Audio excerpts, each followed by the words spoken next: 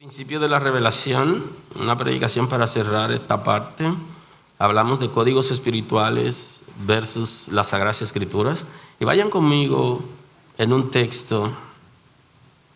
Le voy a invitar para que esta semana escuchen el Evangelio de Juan, pero que lo escuchen 100 veces esta semana, para que puedan conectar con algunas cosas interesantes que necesitamos como retomar. Así que escúchelo siempre que vaya en el camino, vuelve y póngalo y escúchelo todas las veces que sea necesario, pero escúchelo. Se lo recomiendo. Vamos a leer el Evangelio según San Juan, capítulo 5, el versículo 39, la mañana de hoy. Así dice el texto sagrado, el evangelista Juan, en el capítulo 5, versículo 39, él recoge la cátedra de Cristo y él nos dice lo siguiente: escudriñad las Escrituras, porque a vosotros os parece que en ellas tenéis la vida eterna, y ellas son las que dan testimonio de mí, y no queréis venir a mí para que tengáis vida. Gloria de los hombres no recibo, mas yo os conozco que no tenéis amor de Dios en vosotros. Yo he venido en nombre de mi Padre y no me recibís. Si otro viniera en su propio nombre, a ese recibiréis. ¿Cómo podéis vosotros creer? Pues recibís gloria de los unos de los otros y no buscáis la gloria que viene de Dios, del Dios único. No penséis que yo voy a acusar delante del Padre. Hay quien os acusa, Moisés, en quien tenéis vuestra esperanza. Porque si creyeseis a Moisés, me creeríais a mí, porque de mí escribió él. Pero si no creéis a sus escritos, ¿cómo creeréis a mis palabras? Aleluya. Así que muy amables.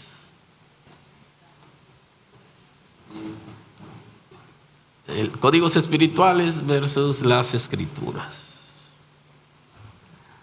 El desafío de los protestantes y reformadores o reformados es cumplir con la deuda moral que tenemos con el Señor y la sociedad. Hacer honor al concepto sola Escritura, porque nos quedamos en el concepto y no hemos podido abrazar esa expresión. El movimiento protestante acuñó varias expresiones, pero lo que hoy vemos es el concepto de sola Escritura. Y mucha gente se está llamando protestantes, se está llamando reformados, pero ¿qué tanto le hacemos honor a la expresión sola Escritura? Tenemos una deuda moral con la sociedad y tenemos una deuda con Dios porque hemos sido llamados por Él para consagrarnos a Él por medio de la Escritura. La idea primaria que encierra el concepto sola Escritura, y que alguna gente dice, bueno, puede ser plural, sí, puede ser plural o puede ser singular, no hay ningún problema. Que usted diga las Escrituras o la Escritura. Pero si usted se está refiriendo a la palabra que ha sido inspirada por Dios, no hay ningún problema. La idea primaria es que la Escritura es suficiente para salvar al ser humano. Ella es suficiente para salvar al ser humano. Esa fue la idea primaria del concepto, que solo necesitamos interpretarla con la guía del Espíritu Santo. O sea, la Escritura por sí misma va a guiar al ser humano a conocer a Dios y ser salvo. Ahora, eso tiene, si se está refiriendo a sola Escritura y nos está llamando para que creamos en ella, implica que en algún momento alguien creyó en algo más que no es sola Escritura. Entonces, la Escritura de por sí tiene una dinámica, y es que la escriben alrededor de 40 autores en 3 continentes, y tiene cerca de 70,000 referencias entre ellas. O sea, la misma escritura, entre un texto y otro, entre el Antiguo y el Nuevo Pacto, tiene alrededor de 70,000, cerca de 70,000 referencias internas. Dios tiene un propósito de redimir al ser humano y nos ha dado la palabra y nos las ha dado con coherencia. O sea que ella misma, según Jesús, que se está llamando el Verbo de Dios, es la palabra que va a producir la limpieza en nosotros, y que la misma palabra se dice de ella misma que es espíritu y es vida, y que es capaz de discernir el cuerpo espiritual del cuerpo físico, y en el cuerpo espiritual discierne entre el espíritu y el alma, y es capaz de penetrar hasta el tuétano y discernir los pensamientos. Ya está tratando del Verbo de Dios, está tratándose de la palabra viva que el Señor ha encarnado. La escritura debe ser levantada de nuevo por la iglesia, para ella misma y para los perdidos. Así que cuando vemos el comportamiento de las personas en las congregaciones y el bajo nivel de conocimiento de la escritura y la poca lectura que dan, es vergonzoso. Tenemos que volver a subir las escrituras sagradas para el beneficio de la misma iglesia y para los perdidos. Hay una persona que se estaba quejando de los cristianos porque él dice que predicamos cosas y que no somos capaces de vivirla, y que por eso él es incrédulo.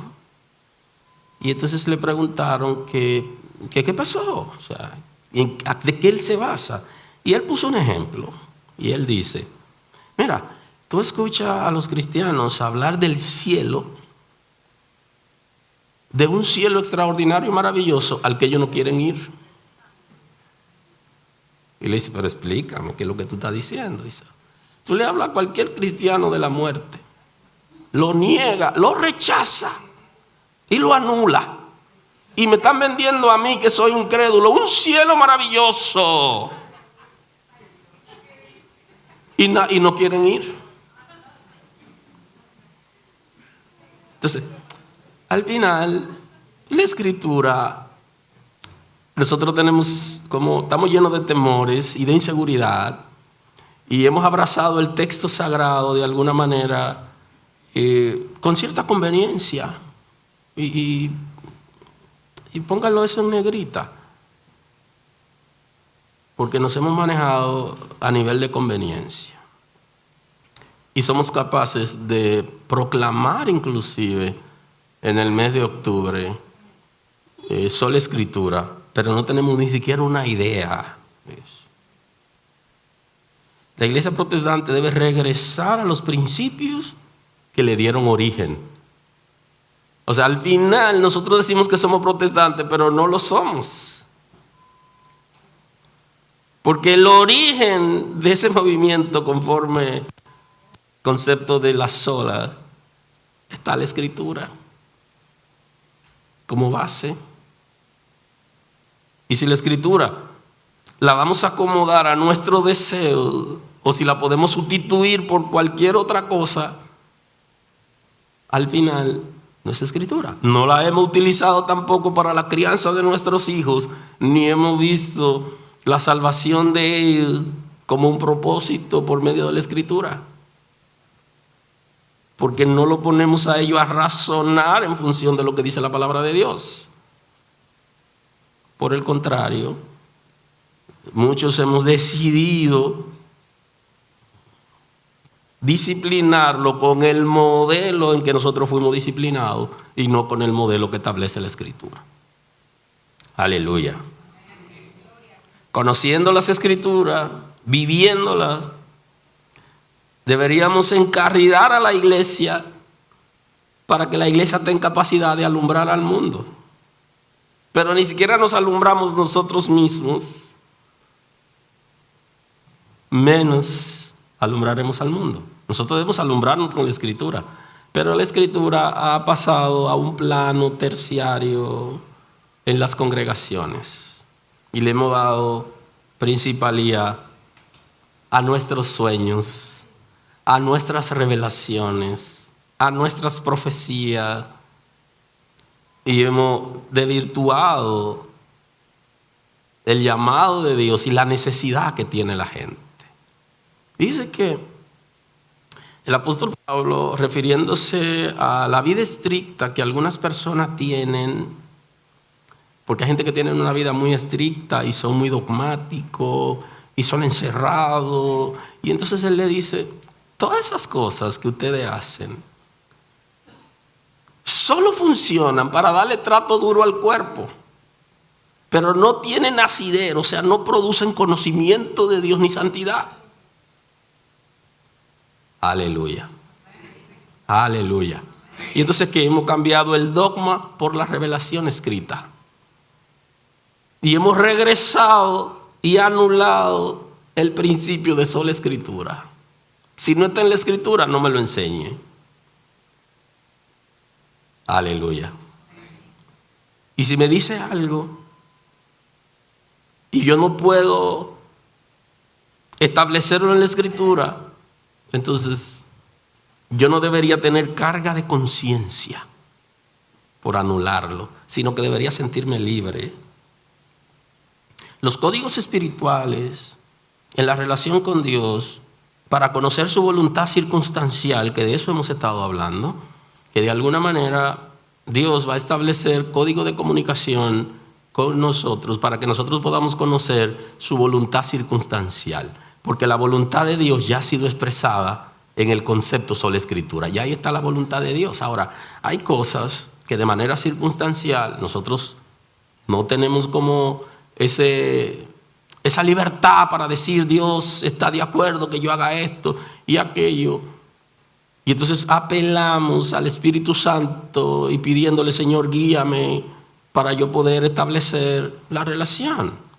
Entonces hay cosas que ya están establecidas como parámetros generales. Sin embargo, en la circunstancia pudiera el Señor darnos algún código para que nosotros demos chance a que el Espíritu de Dios interprete, pero nunca estará a nivel ni por encima de las Escrituras, nunca jamás. Yo no puedo enseñar lo que Dios me está diciendo a mí en función de un momento, porque yo estoy pidiéndole algo en su voluntad de circunstancia, porque ya la voluntad está expresada. Yo no puedo universalizarlo porque es personal y es circunstancial.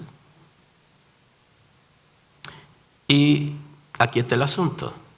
Como nosotros dijimos en la expresión del movimiento protestante que deberíamos encarnar, que no podíamos o que no debíamos, y de ahí viene el concepto sola escritura, aceptar los decretos o bulas del Papa como si fueran palabra de Dios. De ahí es que viene, por eso viene el concepto sola escritura, porque tanto los decretos y las bulas papales eran de más valor o de igual valor que la escritura. Entonces dice, anulemos eso y creamos a la revelación que Dios nos ha dado. Ahora el pastor, el apóstol, el profeta puede decretar. Y cuando decreta, la gente le da el mismo nivel o más fuerte que la escritura. Caímos en lo mismo. Necesitamos una nueva reforma. Y esa reforma viene a partir del arrepentimiento y del regreso a las escrituras. Si usted está creyendo en el decreto que yo le doy y lo está creyendo que está a nivel de la escritura o por encima, usted está negando el concepto de sola escritura. Nadie está por encima ni a la par. Y por eso viene el concepto sola escritura. Porque los decretos y la bula del Papa tenían cierto peso. Y para ellos anular eso, entonces dicen, la escritura es suficiente. Y de hecho, lo fue en algún momento en el movimiento protestante. Pero ahora mismo en las congregaciones ya no la es. Ya no lo es. Porque ahora han surgido personas con niveles de autoridad, la que nosotros estamos aceptando, que se venden por encima de las Escrituras. Y deberíamos estar reflexionando hoy. Si usted se cree que usted tiene autoridad como para usted decir que un código personal que Dios trabajó con usted, eso es palabra de Dios. No lo es. No es palabra de Dios. Palabra de Dios es la Escritura revelada. Y de ahí viene el concepto sola Escritura. Le hemos fallado a Dios, le hemos fallado a la iglesia y le hemos fallado a la sociedad. Porque hemos creído como palabra de Dios los decretos de los pastores, de los profetas y de los apóstoles. Y le hemos dado el mismo nivel. No es palabra de Dios. Ya la palabra de Dios la tenemos. Y ahí está la gran confusión. El Señor y Salvador Jesucristo hablaba también por medio de código. Y el propósito era que el pueblo se desarrollara espiritualmente y sea guiado por el Espíritu de Dios. Ese era el propósito. Usted se encuentra, y por eso lo mandé a leer el evangelista Juan, porque él de alguna manera, usted va a encontrar en el discurso, usted va a encontrar la cátedra de Jesús, donde él la recoge, pero usted va a encontrar el concepto de énfasis añadido, donde él hace análisis de cosas interesantes que pasaron, y él la analiza como para que la puedan interpretar. Ustedes lo van a escuchar y se van a dar cuenta de la dinámica. ¿Qué dice el apóstol Pablo cuando escribe a la iglesia de Tesalónica en el capítulo 5, versículo 19? Le dice: no apaguéis el espíritu, no menospreciéis la profecía, examinadlo todo, retened lo bueno, absteneos de toda especie de mal, y el mismo Dios de paz os santifique por completo todo vuestro ser, espíritu, alma y cuerpo, sean guardados irreprensibles para la venida de nuestro Señor Jesucristo. Fiel es el que os llama, el cual también lo hará. Y entonces en ese desafío él está diciendo que el Señor es fiel, que nos ha llamado, y Él nos va a sostener para que podamos estar en santidad, nuestro ser espiritual y nuestro ser físico. Pero Él está diciendo: no apaguen el espíritu. Está diciendo: dejen que el Espíritu de Dios trabaje en ustedes libremente. Y eso es importante. Pero el Espíritu nunca va a guiarnos contra la palabra, contra la revelación. Y entonces nos da una palabra de madurez. Examínenlo todo, escúchenlo y retengan aquellas cosas que son buenas. Ahora le dice: absténganse de toda especie de mal. Y hay una pregunta clave que la gente está haciendo: ¿qué es más importante? ¿Escucharles, leer la Escritura u orar? ¿Cuál es más importante? La gente está preguntando eso. Y usted dice: bueno, las dos cosas son importantes. Pero si usted no lee la Escritura, ¿cómo usted va a conocer a Dios? ¿Cómo va a aprender a orar? Si en la Escritura es que le enseñan a orar. Porque ahí conocemos a Dios. Y si usted no llega a conocer a Dios, ¿cómo va a orar? No va a poder orar. ¿Pero por qué? Porque usted está orando a alguien que usted no conoce. Usted está hablando con alguien que no conoce, y entonces se va a convertir en la expresión de oración en términos paganos. Pero los paganos hablan de oración. Y de hecho los cristianos le dicen: hazme una oracioncita ahí. Eso es pagano. Antes lo hacían con 3 granos de ajo. Y ahora dicen: no, hazme una oracioncita ahí. O sea, no se trata de eso. Se trata de conocer a Dios, conocer su palabra y pedir de acuerdo a su voluntad. Y entonces ahí vienen los decretos humanos. Yo quiero que se sane, pero Dios no me ha dicho que la va a sanar. Pero ese es mi deseo. Y Él me dijo que la declare sana, que ore por eso. Ahora, ¿cuál es su voluntad? ¿De sanarla? Y por eso muchos de nosotros nos desconectamos de la realidad y sufrimos considerablemente cuando pedimos a Dios por una persona y esa persona se muere. ¿Cuál era su voluntad? Que se fuera. Y no le dijimos a la gente que el cielo era lo máximo, que para allá queremos ir. Y entonces ahí entra la pastora que la acorraló, la familia la acorraló, porque se murió una persona joven, y entonces le dicen que ella tenía que ir a orar para que se levante, porque ella había predicado eso. El Señor levanta a los muertos. Interesante. Y ella se tranca y le dice, salgan todos y déjenme aquí con la muerta. Y después de horas le tocan la puerta, la familia, y ella le abre. Y la familia la mira, y ella la mira a la familia, y le preguntan que qué pasó. Y entonces ella se la jugó y le dijo a la gente, ella está en un sitio tan bonito y tan segura que ella no quiere regresar para acá. Así que por favor, déjenla tranquilo, déjenla. No me pongan a mí en una situación difícil. Ella está en un sitio bonito, bueno, ella no quiere regresar. O sea, la llevaron a un extremo donde ella está diciendo, ya yo hablé con los muertos. Ya yo hablé con ella. Dice. Y eso pasa porque nosotros a veces queremos irnos más allá de lo que la Sagrada Escritura establece. Es la voluntad de Dios. Pero también Cristo dice, tendrán aflicciones en el mundo, y nosotros le hemos dicho a la gente, ustedes no van a sufrir. Estamos negando la Escritura. Lo estamos negando. Y entonces deberíamos orar por los enfermos. Claro que sí, pero tenemos que orar de acuerdo a la Escritura. La gente se va a sanar, claro que sí. Cristo llevó las enfermedades en la cruz del Calvario, pero la gente también muere. ¿Y cuál es la voluntad de Dios? Ya está expresada en la Escritura. Entonces nosotros tenemos que seguir lo que la Sagrada Escritura establece. Permítame tener algunas expresiones de Cristo hablando en código para que luego nos adentremos en el texto primario de hoy.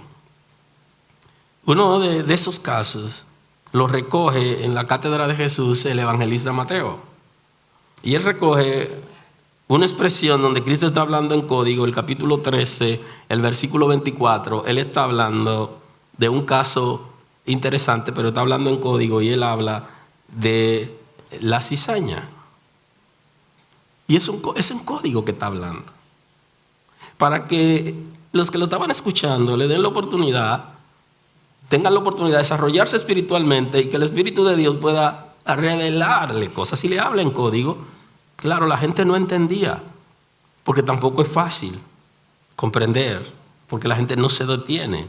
Y él dice, le refirió esta parábola diciendo, el reino de los cielos es semejante a un hombre que sembró buena semilla en su campo, pero mientras dormían los hombres, vino su enemigo y sembró cizaña entre el trigo y se fue. Y cuando salió la hierba, dio fruto, entonces apareció también la cizaña. Vinieron entonces los siervos del padre de familia y le dijeron, Señor, ¿no sembraste buena semilla en tu campo? ¿De dónde pues tienes cizaña? Él les dijo, un enemigo ha hecho esto. Y los siervos le dijeron, ¿quieres pues que vayamos y la arranquemos? Él les dijo, no sea que al arrancar la cizaña arranquéis también con ella el trigo. Dejad crecer juntamente lo uno y lo otro hasta la siega. Y al tiempo de la siega yo diré a los segadores, recoged primero la cizaña y atadla en manojos para quemarla, pero recoged el trigo en mi granero. O sea, aquí hay toda una gama de códigos, que hay hasta códigos que tienen que ver con la escatología, con el tiempo final. En un texto corto dio tantos códigos que no era tan fácil poderlo interpretar, que le añadió el fin en ese discurso breve. Entonces, ¿qué había que hacer? Interpretar esos códigos, que no era fácil para el pueblo entenderlo, ni los discípulos muchas veces porque estaban distraídos. Entonces él está enseñando por medio de código, le está diciendo a sus seguidores, miren, de la misma manera que el Señor siembra la semilla del bien, y también habló en código cuando habla justamente de el sembrador que sale a sembrar y que la semilla cae y todo eso. También esos son códigos. Y le dice, la semilla del reino, el evangelio del reino, que es una buena semilla, germina en todos los terrenos, pero no en todo da frutos. Cuando le habla de los terrenos. Y aquí le dice que cuando la semilla es sembrada, también el enemigo siembra su semilla. Él está diciendo en código, en la iglesia va a haber personas que la va a sembrar Satanás con el propósito de distraer y de generar una saturación en el suelo De la misma manera que cuando usted siembra varias matas, varias semillas juntas, algunas se debilitan y no pueden subir con fuerza. Y entonces había alguien que tenía discernimiento en los códigos que le está dando. Y el que tenía el discernimiento le dijo, pero yo sé cuál es el trigo y cuál es la cizaña. Yo estoy en capacidad de sacarla porque tenía discernimiento. Y dijo, no, espérate, déjalo ahí. Déjalo ahí, porque el trigo necesita esforzarse suficiente con un suelo saturado y con varias semillas alrededor. Necesita esforzarse suficiente. Esos son códigos que nos está dando. Y entonces le dice, ya al final de la siega, y entonces aquí se mete en la escatología. Eso vamos a dejarlo para el final, porque al final yo me encargaré de que la cizaña se ate en manojo. Y entonces habla ya de lo que va a pasar en la eternidad con los pecadores que están dentro y fuera de la iglesia. O sea, todo eso se lo dijo en código a los discípulos. Y le dijo, tienen que dejarla ahí porque ustedes pueden generar confusión en la iglesia a la hora de sacar la cizaña. Aunque ustedes pudieran tener discernimiento para descubrirla, tienen que dejarla porque yo me encargaré personalmente. Entonces la iglesia vive mareada y no puede entender esos códigos. Que de la misma manera que se siembra la semilla del reino, las buenas nuevas de salvación, y se crea toda una congregación, hay personas que van a estar ahí y que van a producir equilibrio porque van a perseguir a los hijos de Dios y lo van a dañar. Pero ellos necesitan desarrollarse y aprender a depender de Dios.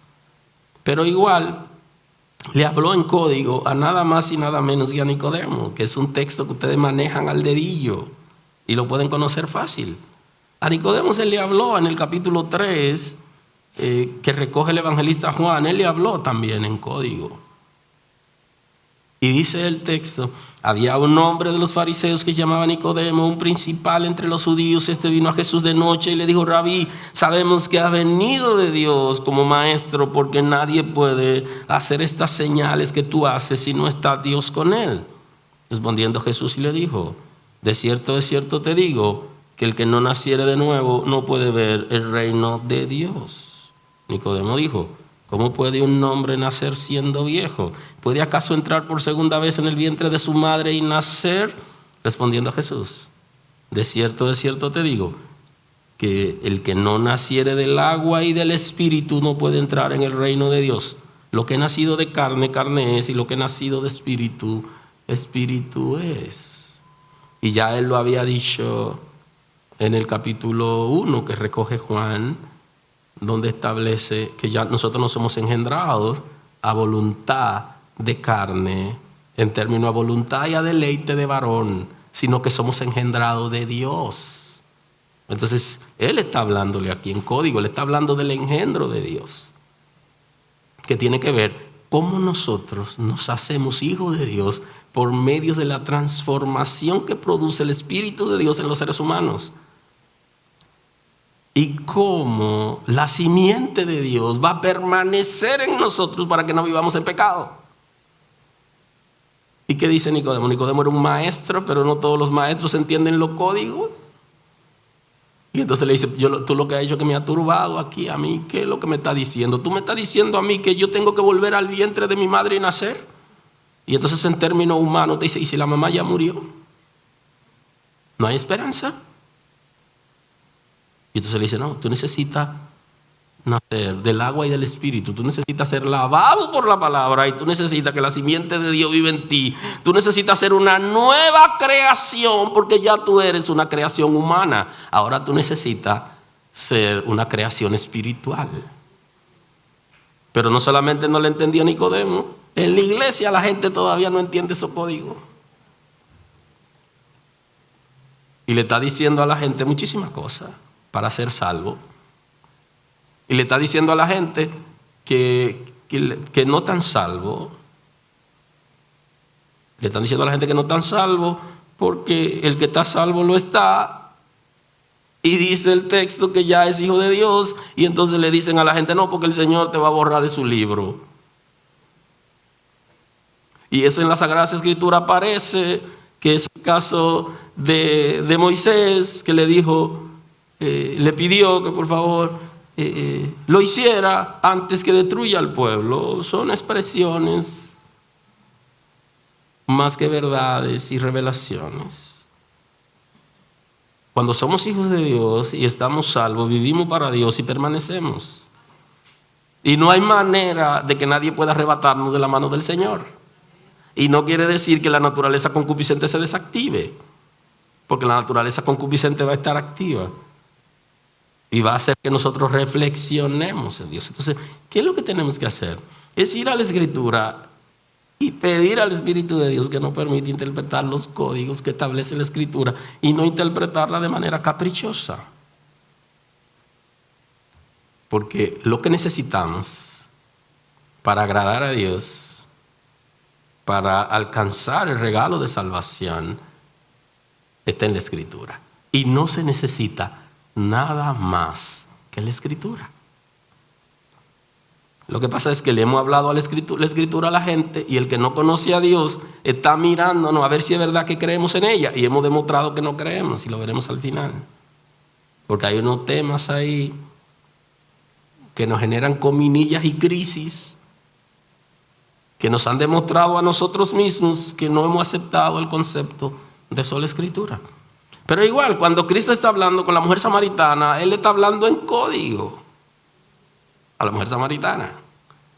Y la mujer samaritana salió muy hábil. Salió hábil. Reflexionó rápido.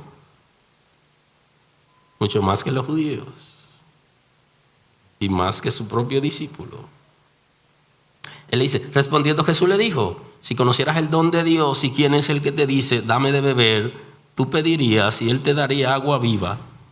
La mujer dijo, Señor, no tienes con qué sacarla, y el pozo es hondo. ¿De dónde pues tiene el agua viva? ¿Acaso eres tú mayor, y subraye eso, que vuestro padre Jacob, que nos dio este pozo, el cual bebieron él y sus hijos y sus ganados?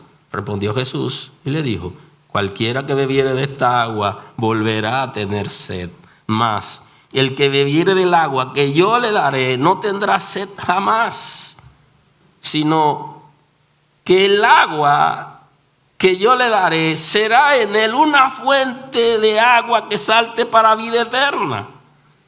La mujer le dijo, Señor, dame de esa agua para que no tenga yo sed, ni venga aquí a sacarla. Jesús le dijo, ve, llama a tu marido y ven acá. Respondiendo la mujer le dijo, no tengo marido. Jesús le dijo, bien has dicho, no tengo marido. Porque 5 maridos has tenido y el que ahora tienes no es tu marido. Esto ha dicho con verdad. Y le dijo la mujer, Señor, me parece que tú eres profeta.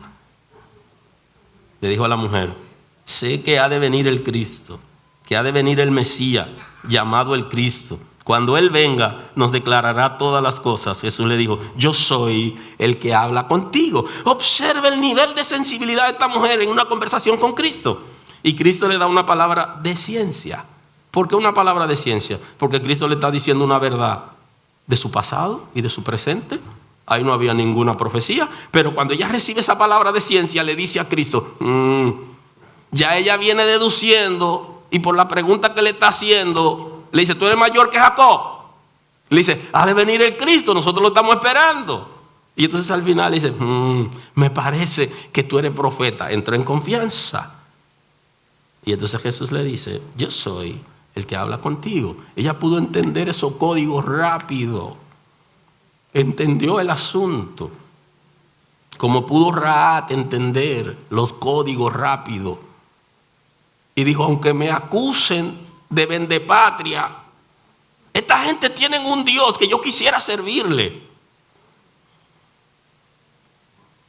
Y entendió los códigos. Entonces esa palabra de ciencia que le da el Señor acerca de su pasado y de su presente, ella termina concluyendo, me parece que tú eres profeta. Comenzó a aterrizar, porque comenzó a entender que el Señor le estaba diciendo, bendito es el nombre del Señor. De manera que los códigos que están expresados en la Escritura, nosotros tenemos que entenderlo. Y Dios sigue, por su voluntad circunstancial, de alguna manera, dándonos códigos, aunque no están al mismo nivel. Permítame ver un código más y paso a la predicación. Bendito es el nombre del Señor. El evangelista Juan, en el capítulo 6, el versículo 47, él dice: de cierto os digo, que el que cree en mí tiene vida eterna. Yo soy el pan de vida. Vuestros padres comieron el maná en el desierto y murieron. Este es el pan que desciende del cielo, para que el que él come no muera. Yo soy el pan vivo que descendió del cielo. Si alguno comiere este pan, vivirá para siempre. Y el pan que yo daré es mi carne, la cual yo daré por la vida del mundo. Entonces los judíos contendían entre sí diciendo: ¿cómo puede este darnos a comer su carne?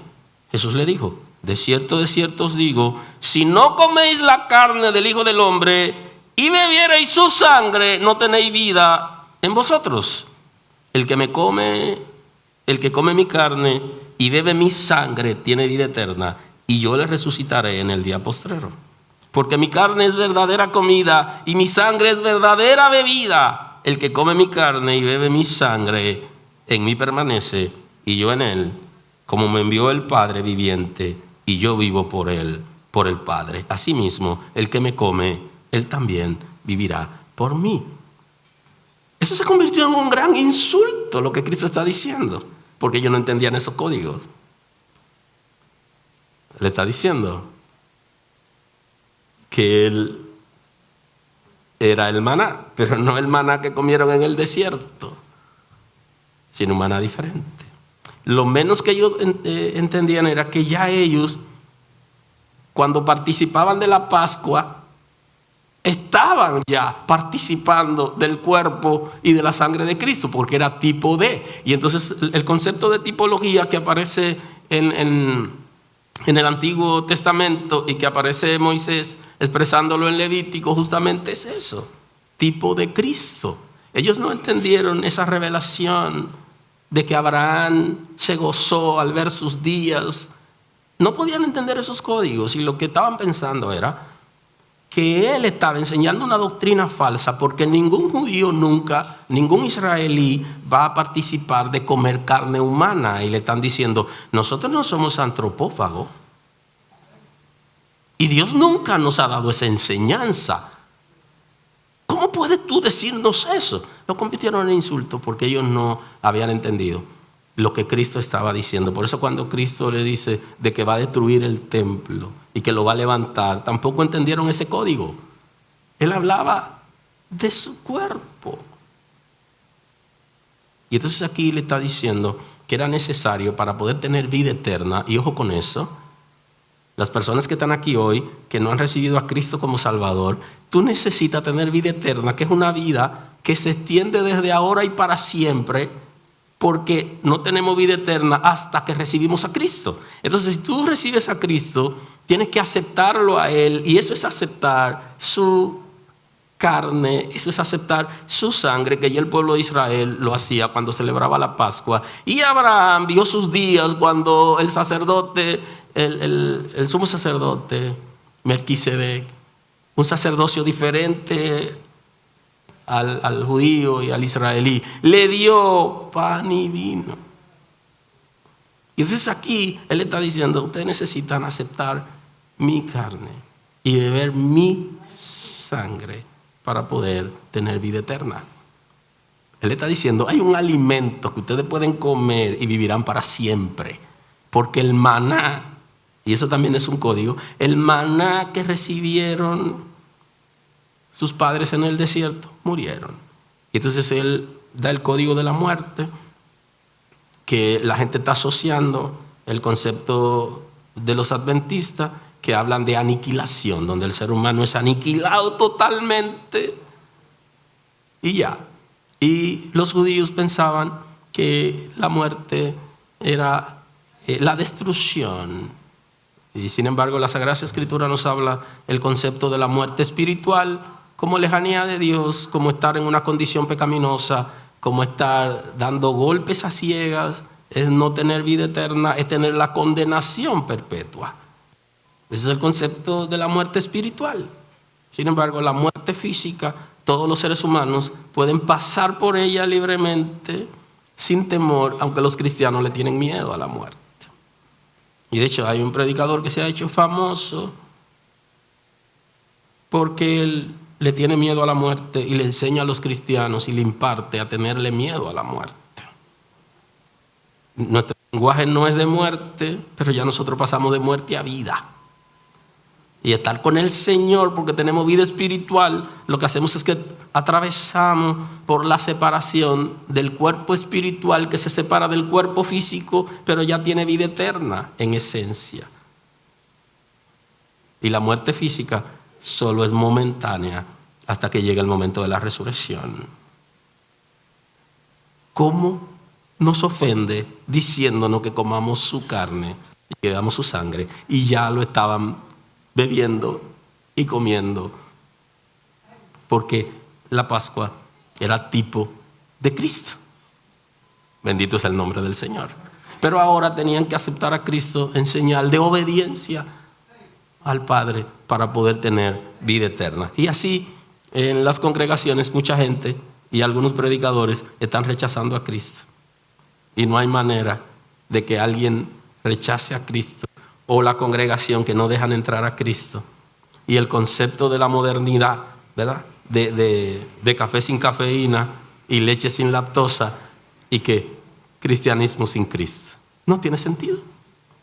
Y eso es moderno. Ah, no, bébete eso, que eso es light. Si usted es lo que bebe café. Y usted como quiera se lo tiene que beber y no tiene cafeína, ¿qué es lo que usted está bebiendo?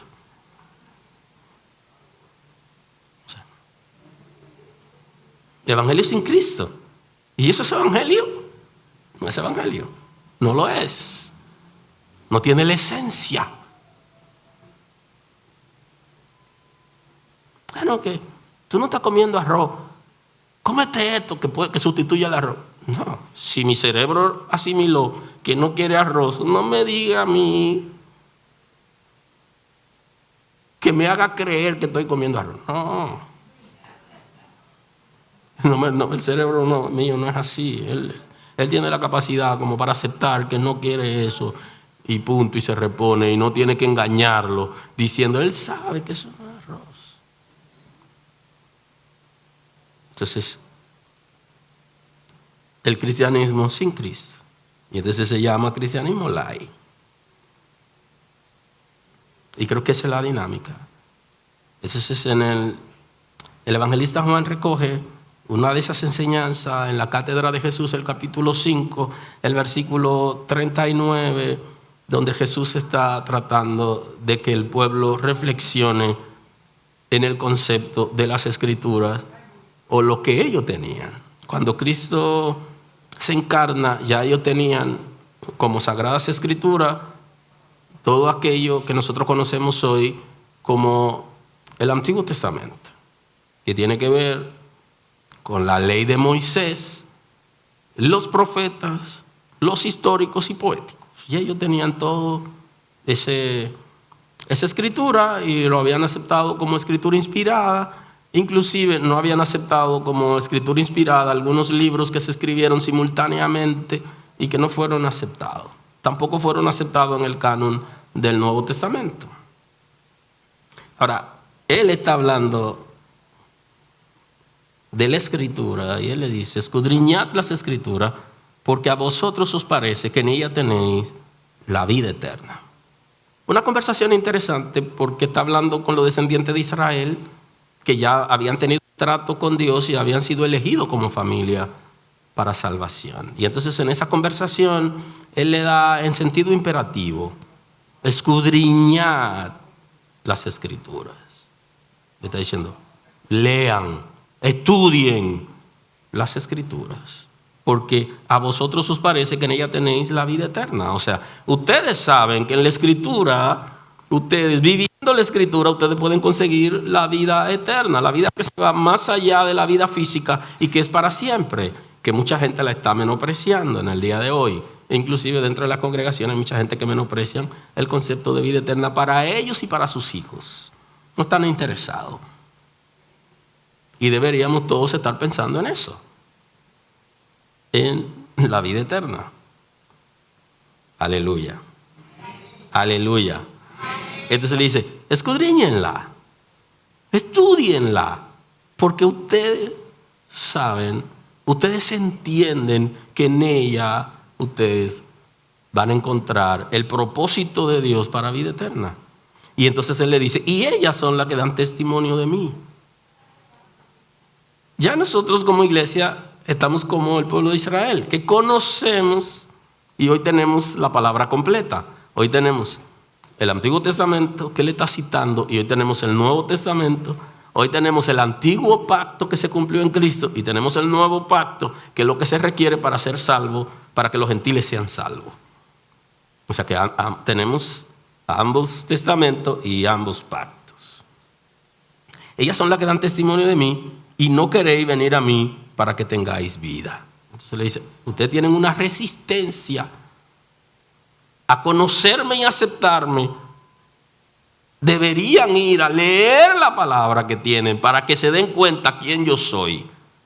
Entonces ahí viene la ignorancia a la revelación escrita, o el conocimiento de esa revelación escrita, pero no entenderla para saber que quien estaba ahí era el Rey de Reyes y el Señor de Señores, y que ellos debían aceptarlo. Entonces él lo manda a leer. ¿Quieren saber de mí?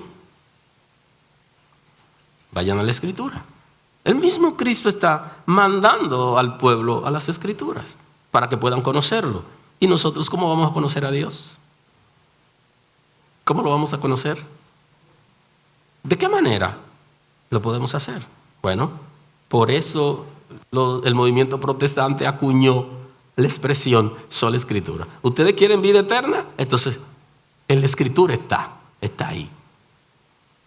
Lo que pasa es que nosotros venimos de la tradición católica, en la que leer la Escritura lleva a la gente a perder el sentido, según ellos, y había que mantener la Escritura alejada de la gente. Y esa estrategia fue la estrategia que utilizaron los fariseos y los sacerdotes en Israel. Cuando se dieron cuenta que la gente estaba siguiendo a Jesús, dijeron, esto hay que pararlo, si no nosotros vamos a perder el control del pueblo. Y entonces ahí estaba. Si la gente llega a conocer la palabra de Dios, va a conocer a Cristo y se va a rebelar contra nosotros. Porque cuando la gente se da cuenta que lo han engañado y conoce la verdad, se subleva. Y eso nos ha pasado en las congregaciones protestantes, que mucha gente está despertando y se está sublevando porque lo han engañado y no le dieron la palabra como debe ser. Y entonces mantenían la Escritura alejada de la gente, y por eso la leían en un idioma que es el idioma originario de la religión desde Roma, en latín, que era la lengua oficial en ese momento del imperio, y mantenían a la gente alejado de la Escritura porque tenían miedo, porque la Escritura revoluciona a la gente. Lo va a revolucionar. Sea capaz de dar la Escritura y crea en el concepto que solo es necesario la Escritura y que nosotros podemos agradar a Dios y servir a Dios por medio de la Escritura, sin ningún comando ni dictamen de ningún ser humano que se crea a la par o superior a Dios, o que diga que es enviado de Dios, y que no hay pecado en nosotros si apelamos al concepto sola Escritura. Y si quisiéramos aplicarlo en el sentido contemporáneo de la iglesia, deberíamos decir, en la iglesia se debería predicar solo las Escrituras. Y lo demás no va a llevarnos a fortaleza espiritual, que tiene que ver con el dogma los decretos o las revelaciones que la gente tiene, que quieren anular en nosotros la palabra para que sigamos lo que ellos dicen que Dios le ha dicho. Y al final, ciego que guía ciego, ambos caen en el hoyo. O sea, la iglesia debería estar orando por aquellos que se dejan guiar por los ciegos, porque la Escritura tiene una sentencia previamente establecida. Si el ciego guió al ciego, van a caer. Y entonces deberíamos orar para que la gente se arrepienta, la misericordia de Dios lo alcance. Pero si negamos la Escritura y nos dejamos guiar por gente ciega, ambos estamos destinados al fracaso. Dice, gloria de los hombres no recibo, mas yo os conozco que no tenéis el amor de Dios en vosotros. A la hora de negar a Cristo y negar la Escritura, entonces ahí está el principio del amor. Lo que hace falta es amar a Dios. Aquella gente que ama a Dios, ama las Escrituras, porque ese es el mensaje de Dios, es el consejo de Dios. Y ama a Jesús.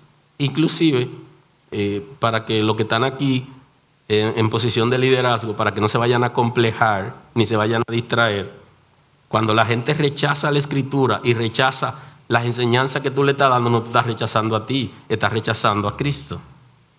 Porque como no reciben a Cristo, tampoco te recibirán a ti.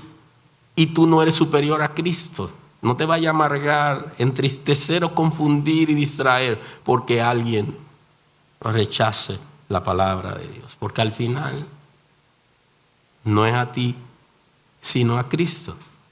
Pero la palabra que ha sido revelada y que es sustentada por el Espíritu de Dios. Que mucha gente no la prefiere porque llama a reflexión, llama al arrepentimiento y corrige.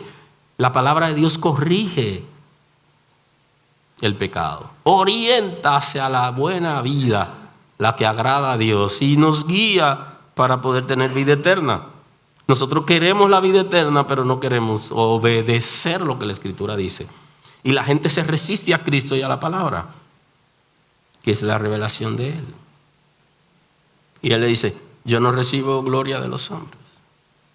Y eso en el contexto del texto que hemos compartido, porque los seres humanos llenan su ego, alimentan su ego con la arrogancia y la pleitesía. Siempre andan buscando que los reconozcan, siempre andan buscando que lo pongan en alto, siempre andan buscando que lo honren. Esa es la palabrita que está de moda, es que lo honren. A mí hay que honrarme. Y justamente esa es la experiencia que cuenta un pastor dominicano que está ministrando en Estados Unidos, que cuando van algunos dominicanos predicadores allá, le piden a él que lo honre. Y cuando están pidiendo que lo honre, que el siervo de Dios no come cualquier cosa. Y entonces esa persona tiene que hacer un sacrificio para poder no solamente ponerle recursos en la mano, sino también darle una buena alimentación en los días que va a estar en su casa. Porque el siervo de Dios no come migajas. Y entonces están pidiendo que lo honren. Aleluya. Y eso es lo que está de moda ahora. Yo te doy una palabra y la palabra te la doy yo, no te la da Dios. La palabra te la doy yo y tú tienes que honrarme a mí porque yo te di esa palabra.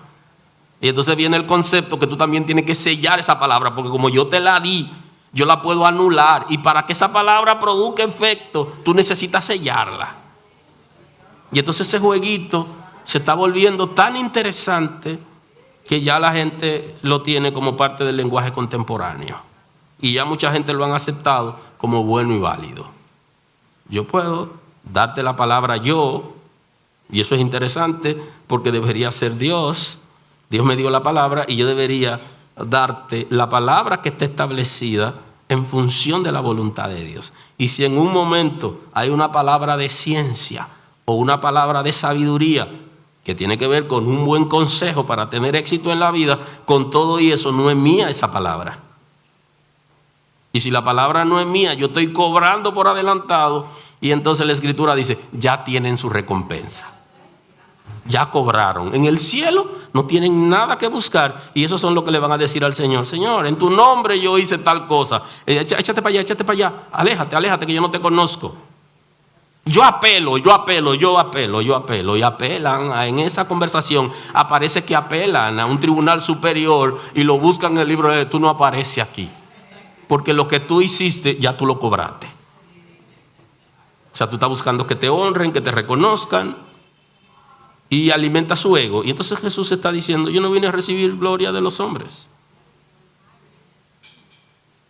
Ahora, los que andan buscando gloria de los hombres la van a tener. Porque la cizaña en las congregaciones se encargan de eso. De poner rama delante. De protegerlo para que nadie lo toque. Y le vocean cosas. Y entonces le alimentan el ego. Y él no sabe que lo están encaminando a la perdición, porque esa gente no son del reino, sino que fueron sembradas por el enemigo para que alimenten su ego. Y entonces están que no pisan tierra. Y es el concepto del pavo real.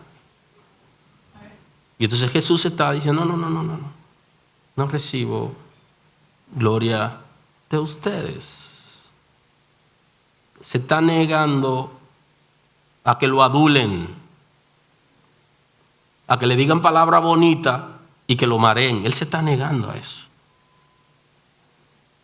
Y está diciéndole, ustedes no tienen el amor de Dios. Porque el amor de Dios, dice el apóstol Pablo, ha sido derramado en nuestros corazones por el Espíritu que nos fue dado. Y para tener el amor de Dios hay que tener el Espíritu Santo. Y si no, está el amor en el concepto general, que fuimos creados a imagen y semejanza de Dios. Y entonces nosotros tenemos diferentes manifestaciones de amor, porque es un atributo de Dios que ha sido impartido como atributo comunicable en el ser humano. Pero el amor ágape no lo tenemos. Y es el que se necesita acompañar con las otras manifestaciones de amor en sentido terrenal para nosotros poder amar a Dios y amar a nuestros hermanos. ¿Alguien está aquí hoy? Entonces él dice, mas yo os conozco que no tenéis el amor de Dios en vosotros. Yo he venido en nombre de mi Padre y no me recibís. Si otro viene en su propio nombre, a ese recibiréis. Y entonces aquí está hablando en el sentido escatológico del que viene en su propio nombre, del anticristo, del que era tipo Judas, que va a venir en su propio nombre, lo van a recibir. Pero no solamente lo van a recibir la iglesia que se quede, sino que también lo van a recibir los árabes, lo va a recibir Israel, van a recibir al Señor. Entonces Israel está esperando al Mesías, rechazó al Mesías. Y de hecho en la iglesia están cantando que están esperando al Mesías. Ese Mesías es el anticristo que están cantando. Porque ya Cristo no viene como Mesías, viene como rey. Y si usted está cantando esa canción, usted está esperando al anticristo, porque esa canción es del Mesías y el Mesías ya vino. Es rey lo que usted está esperando, no el Mesías. Ahora, si la seguimos cantando, eso es al anticristo. El único Mesías que viene ahora, viene en su propio nombre. Y ya el de nosotros vino en el nombre del Padre y ya cumplió. Y entonces el que están esperando, que viene en su propio nombre, que Cristo está señalando aquí, ese Mesías que va a unir a los árabes con Israel y el mundo entero. Y viene el concepto, cuando sellen con paz y seguridad, vendrá destrucción repentina. Usted tiene que saber lo que usted canta. Y hay que cantar con el entendimiento. La falta de conocimiento de las Sagradas Escrituras lleva a la gente a decir que está esperando al Mesías. ¿Pero cuál Mesías?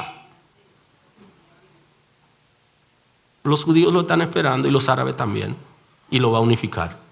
¿Y tú? ¿Estás esperando al Rey de Reyes o estás esperando al Mesías? Porque ya como Mesías vino y nos redimió. Y Jesús dice que viene en su propio nombre. Y como viene en su propio nombre, lo van a recibir. Porque el ser humano es así. Rechazan a Cristo, rechazan la palabra, pero van a recibir con pleitesía al que viene en su propio nombre, que la Escritura dice que va a hacer lo que la gente le pida, hasta fuego. ¿Quieren que descienda fuego del cielo? Fuego va a caer. Lo que sea que la gente le diga. Porque la gente en las iglesias anda buscando señales, no palabras reveladas. Andan buscando palabra profética, no arrepentimiento. ¿Qué es lo que andan buscando? Conocer su futuro. Quiere que se lo adivinen. Y son débiles, dependientes de eso. Porque tienen el mundo entre las entrañas. Y vienen de un mundo cargado donde pagaban para que le lean la taza del café, para que le lean la baraja, para que le lean la palma de las manos. Y están en la iglesia y quieren eso. Y demandan eso. Y entonces tendrán la respuesta. Deje saber que se acomoda en la iglesia y le profetiza a la gente y lo marea. Y entonces dice el Señor, dile que viene destrucción para ella y su casa, por cuanto han mantenido a la iglesia alimentada con la falsedad. Eso lo dice la Escritura también. Palabra de Dios. ¿Cómo podéis vosotros creéis? Pues recibí gloria los unos de los otros. Y le dice, así mismo, o sea, ustedes ¿cómo que ustedes quieren recibir gloria los unos de los otros? ¿Qué es lo que quieren? Gloria, que los hombres lo exalten, que lo reconozcan. Ya tienen su recompensa. Y eso es lo que buscan algunas personas. Y al final no se sabe para qué. Porque cuando Jesús habla del hacendado, que le fue bien, dice que le fue muy bien al hacendado. Y el hacendado era muy inteligente.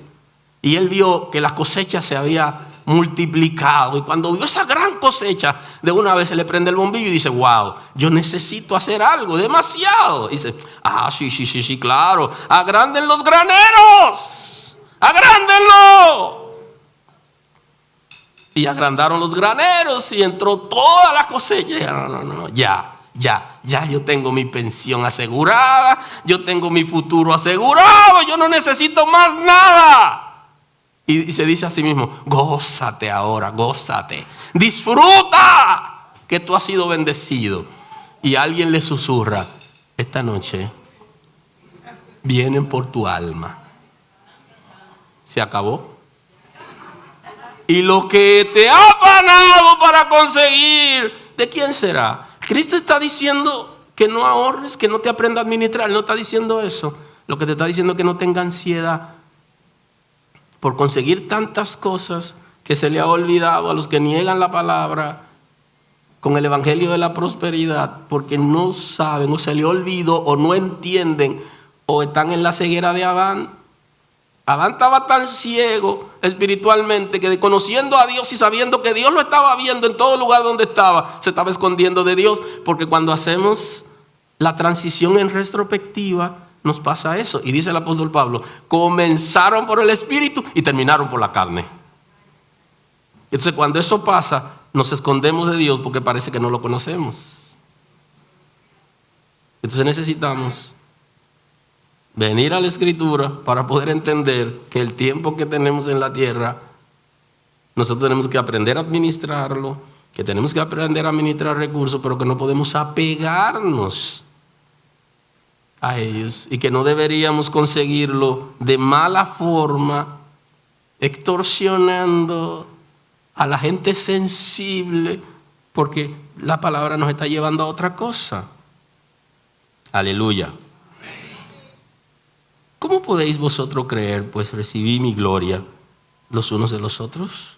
Y no buscáis la gloria que viene de Dios, del Dios único. Nosotros soñamos con eso. Y cuando usted le pregunta a la gente, ¿qué tú prefieres? ¿O la gloria? ¿Y dónde está fulano? En la gloria. Ay, se murió fulano. Y que en gloria esté. No quieren tocarlo. Que en gloria esté. ¿En cuál gloria? ¿En cuál gloria? ¿Cómo se consigue la gloria? El Cristo lo ha establecido. Por medio de Él hay que comer su carne y beber su sangre. Hay que aceptarlo a Él como Salvador, porque Él es el único salvavidas que ha descendido para rescatarnos. Y no hay otro. Y no hay manera de que podamos escaparnos. Porque si alguien se colare, lo van a buscar en el libro. Búscalo a ver si está ahí. Tú no estás aquí. Pero yo fui un gran predicador. Sí, claro. Tenía muchísimos seguidores. Sí. Muy bien, pero no aparece en el libro. No aparece en el libro. Qué lío, ¿eh? No aparece en el libro. Y ese es el libro de la vida. Y ahí solo se escriben los nombres del que está salvo. Solamente se escriben ahí. Y hay gente que da mucha vuelta en las congregaciones y no se preocupan para que su nombre esté ahí. Aleluya. No penséis que yo voy a acusarlos delante del Padre. Y no se sientan mal por lo que ustedes están haciendo mal. Le dice, no crean que yo soy un chivato y que lo voy a acusar delante del Padre. No. Y ya él lo había dicho. Ya lo había dicho Cristo en el capítulo 3. Yo no vine a condenar al mundo, sino para que el mundo sea salvo por medio de él. O sea, ¿por qué? Porque el mundo está condenado. Ahora, ¿qué dice él aquí? ¿Qué es lo que va a condenar al ser humano? Él lo establece, que no es él. Él no va a ir a donde el Padre va a decir, esa gente me trataron malísimo. No. No crean que yo lo voy a acusar delante del Padre. No penséis que yo voy a acusarlo delante del Padre. Hay alguien que os acusa, Moisés, en quien tenéis vuestra esperanza. Y ese Moisés ahí es la Escritura. Y usted lo puede subrayar. Se está refiriendo a la Escritura. Se está refiriendo al Antiguo Testamento. Se está refiriendo a la ley por la que ellos decían que vivían. Eso es lo que te va a acusar, la palabra. Entonces, dice una expresión bíblica que tiene mayor condenación aquel que sabe hacer lo bueno y no lo hace. Y eso tiene que ver con la conciencia. Saber que yo debía haber vivido para Dios, pero no viví. Saber que me envolví en los bacanales del mundo y que no respondí a los estándares de Dios y que me quedé corto. Y lo que dice Daniel es, fuiste pesado en balanza y hallado falto. No diste las libras que tenía que dar. Ay Dios, ten misericordia de mí. O sea, hay una demanda del cielo y se quedaron cortos. Y entonces le dice, fuiste pesado en balanza y hallado falto. Tuviste el chance. Es más, te sometieron a la balanza a ver si tú dabas las libras que tenía que dar, el peso específico, y no lo diste. No llenaste las expectativas del reino en función de la voluntad de Dios, de la Escritura, del arrepentimiento, de que el Espíritu de Dios te transforme, y para eso tú tienes que rendirte, porque si no te rindes no te puede transformar, porque no lo va a hacer a la fuerza. Tú necesitas el arrepentimiento, la conversión.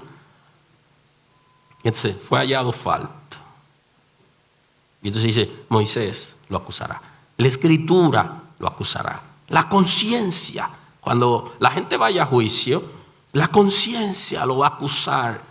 Cuando venga la proyección, cuando se presente la pantalla y tú te pares frente a la pantalla y viene el juicio y se siente el rey, automáticamente cuando tú miras la pantalla, todo de ti se va a pasar ahí, porque el chip tuyo lo va a leer la pantalla de manera directa y se presenta ahí. Y entonces cuando tú comiences a ver todo eso, ay Señor.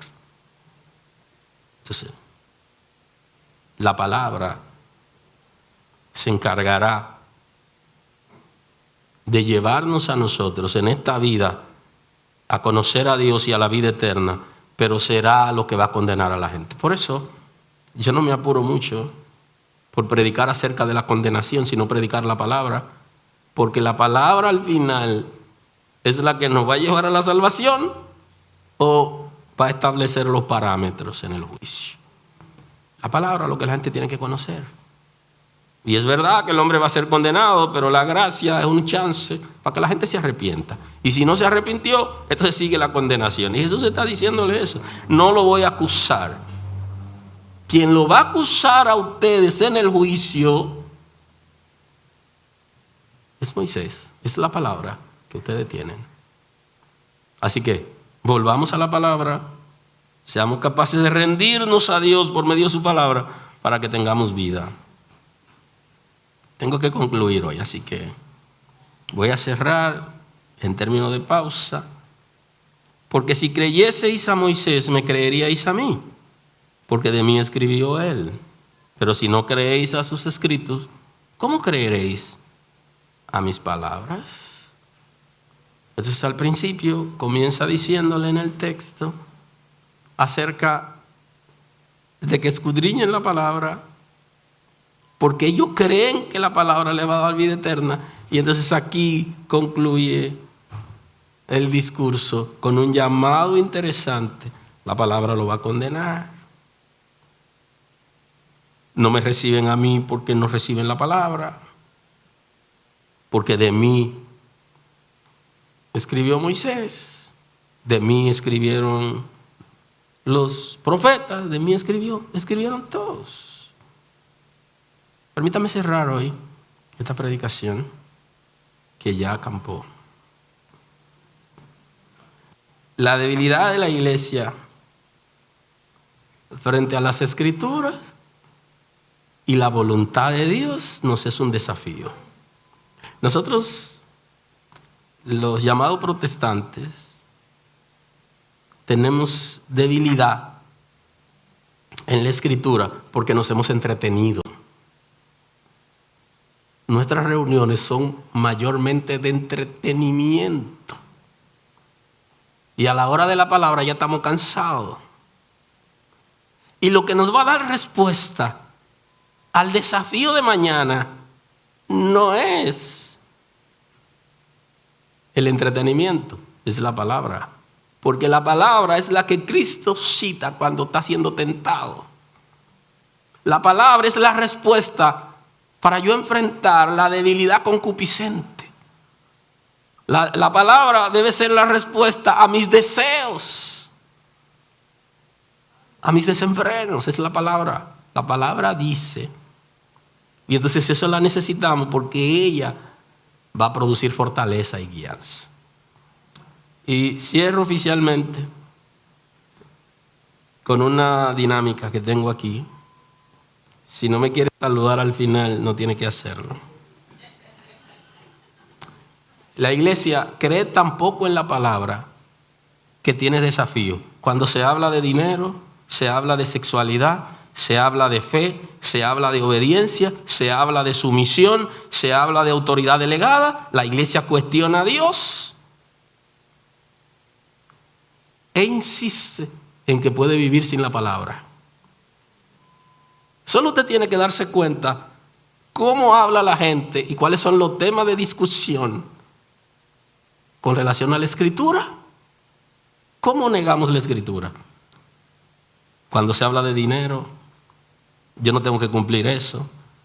La sexualidad, el control de nuestros bajos instintos sexuales, que la Escritura habla, de pensamientos y conducta, de la fe, el desafío de conocer a Dios y obedecerlo, la obediencia per se, la sumisión. Cuando se tratan esos temas, resistimos a Dios y a la Escritura. Cuando se habla de la autoridad delegada, cuestionamos a Dios y resistimos. Pero hemos dicho, ¿sola Escritura? Me vendieron sueño. Y hemos acuñado expresiones que ni siquiera sabemos lo que quiere decir. Y no somos capaces de entrar en el desafío. Dios lo bendiga. Señor, gracias. Gracias por tu misericordia. Gracias por tu cuidado. Gracias porque tú tienes propósito con nosotros. Queremos rendirnos a la Escritura, Señor. Hacer aquello que tú has establecido en tu palabra para agradarte a ti. Queremos atesorarla. Queremos vivir en ella. Y tu Espíritu nos está convenciendo. ¿Dónde están nuestros puntos débiles con relación a la Escritura? Queremos abrazar la fe con limpia conciencia. Y queremos agradarte. No queremos menospreciar tu palabra, sino hacer lo que tú has determinado en ella. aun cuando nos confronte. Gracias por confrontarnos con la palabra, porque tú nos has llamado para que tengamos vida y la tengamos en abundancia. Gracias, Señor. Gracias, Señor. Te pido, Señor, por la cena que va a ser impartida, compartida con el pueblo, que prepare nuestros corazones, Señor, para nosotros participar de ella, y que la cena, la mesa sagrada, sirva de fortaleza para nosotros, no de condenación. Yo sé que tú lo haces, porque tú eres perdonador, misericordioso, tu gracia es abundante, tu cuidado es extraordinario. Glorifícate de una manera especial en nuestros corazones. Dirige el equipo de líderes que va a servir y al pueblo que va a participar libremente. Te honramos, Señor. Gracias. Aleluya.